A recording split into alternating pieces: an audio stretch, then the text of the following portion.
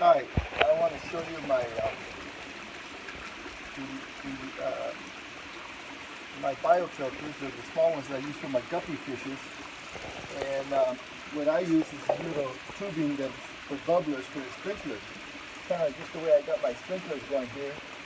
Actually, I have these tubings that go into these little bubblers and ends up watering here, and it comes out here and goes into my little guppy pond.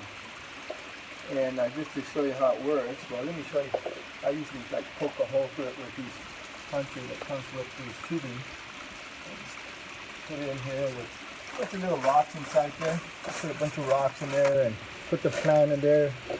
And once in a while I'll come out and get water from the same pond.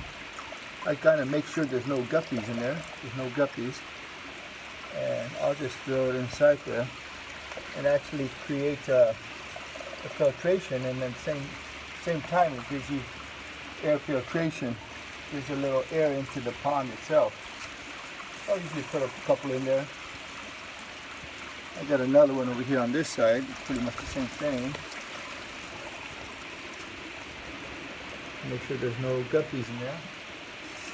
I'll show you some of the guppies I had in here. Look. There's a couple of them in there, see? Those are my little guppies. I'm going to put them back in there, but when I use it for my filtration, I just make sure there's no guppies in there. Throw it inside here. Water filters through the plants and through the roots, comes down here and starts making air for my pond, and no electricity is required. And makes a nice small little biofilter. Thank you for watching.